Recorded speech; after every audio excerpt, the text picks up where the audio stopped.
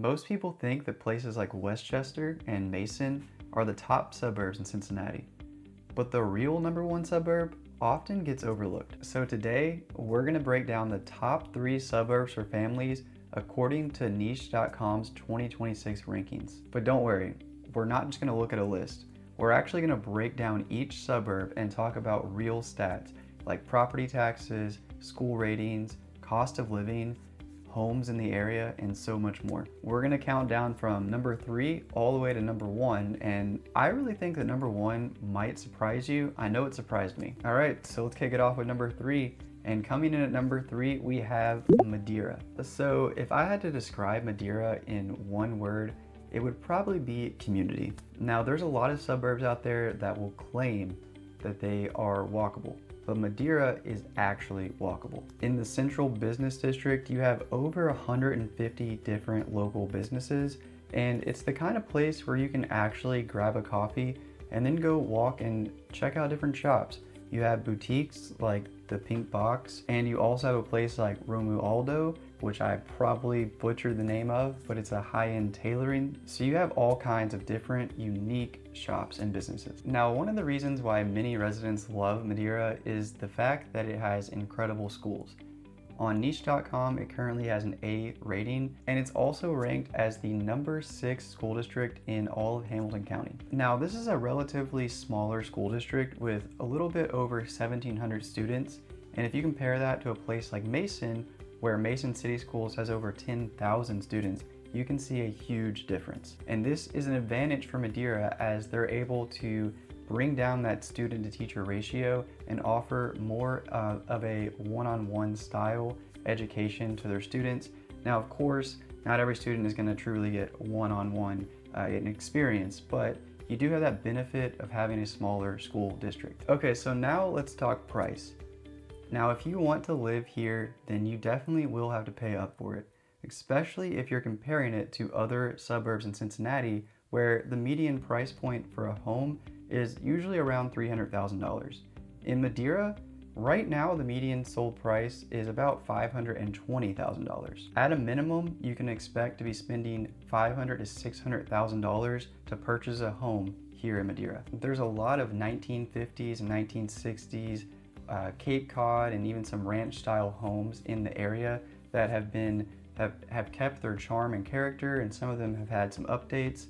But you'll also find some more modern new builds, and those are where you can get into over $1 million for a home. So if you're thinking about Madeira, especially if you drive through, you'll almost certainly fall in love with the area, but just know that you will have to pay up to live in an area like this. Now, as for nearby grocery stores and amenities, you're gonna be completely set. You have a Kroger on Miami Avenue in Madeira. You're also just about 10 minutes away from Kenwood Town Center, which is a huge mall. Now, this mall has pretty much any store you can name.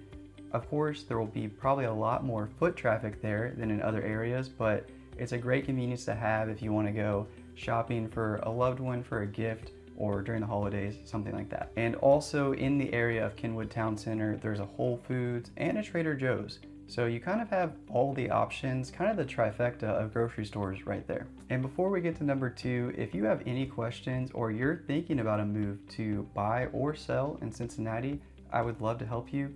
I get to talk to you guys every single week and I love it, so please do not hesitate to reach out. All of my information is down in the description below, but let's get on to number 2, and that is going to be Marymount. Now, I really love Marymount. It's kind of similar to Madeira in some ways, just the overall vibe as you drive in. A lot of it, including the downtown area, was designed in the 1920s, and it kind of feels more of English village style, very historical, tons of character and charm. So even if you aren't moving there, I highly recommend you visit it if you haven't. You will find a lot of Tudor style homes and properties here in the area. That's kind of the landmark of Marymount, is just when you see a home or a property in Marymount, you kind of know just based off looking at it and the style and the architecture that, yeah, that's in Marymount. Now, here's something I actually did not know until I had to look it up, and that is Marymount City Schools is actually the #1 rated school district in all of Ohio. So that's pretty crazy. I knew that they were always ranked high, but niche.com has them rated as the #1 school district in the state. Now again, this is a pretty small school district. It has just over 1,500 students, and so again, they're going to be able to bring down that student to teacher ratio, which is great for your students, so maybe you can get a little more of a curated experience than you would in a larger school district like Mason. Now, being such a small area, a lot of the amenities are going to be just outside of Marymount, but it does have stuff to offer inside as well. To start, you have the Marymount Historic District, which is actually a national landmark. It's kind of makes up the Marymount Square. There's a bunch of shops and restaurants and boutiques. So again, this is somewhere where you can grab a coffee on a Saturday morning, for example, and just stroll the area and take in all the scenes and the architecture. You also do have a few parks like Bell Tower Park and Dogwood Park. And I think one of the neat things is they have an old theater that they've kind of revamped a little bit, but kept its charm. And so catching a movie there could be a pretty neat thing to do that you don't get in other areas. Now, I mentioned that you might have to drive just a little bit out of the area for certain amenities, but you do have Oakley, which is just about a 10-minute drive away. And there you have plenty of different restaurants. You also have places like Kroger, Whole Foods, for example. You're also about maybe 5 to 8 minutes away from Hyde Park Country Club. So if you're interested in golfing, there's an option there. So all of your amenities are still within, for the most part, a 10-minute drive. Now let's talk about the price. So as you can imagine, quality like this does come with a pretty high price tag. Now, if you were to just look this up on Google, you'll probably get some varying prices. That's because it is a pretty small area. So I believe that some sites like Zillow, for example, are probably including homes that were in the surrounding area as well. Now, I'm pulling these stats straight from the Cincinnati MLS. So far, the median sold price in Marymount has been $419,000.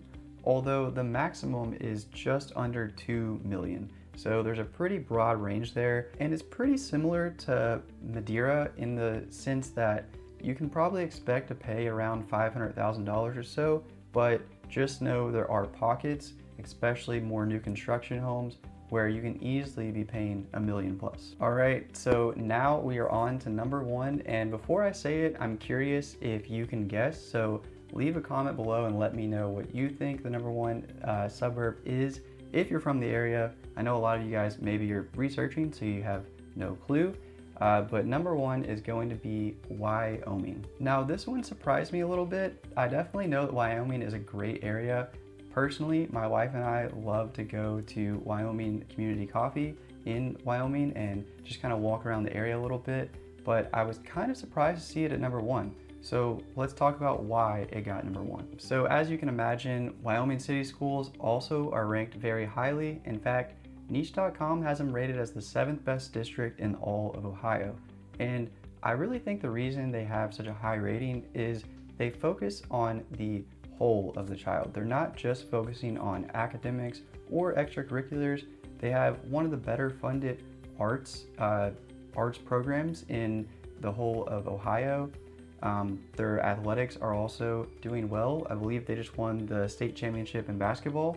So it's a very well-rounded school, and it's also similar in size to the two that we mentioned before in Madeira and Marymount. Now, in total, Wyoming has over 30 acres of parks and play space. They have an aquatic center. They also have a Wyoming recreation center with tennis courts, and I believe they play pickleball there as well. You can work out, you can hire a trainer there as well. And you're also just about 10 minutes away from Winton Woods, which is a huge park, over 1,800 acres.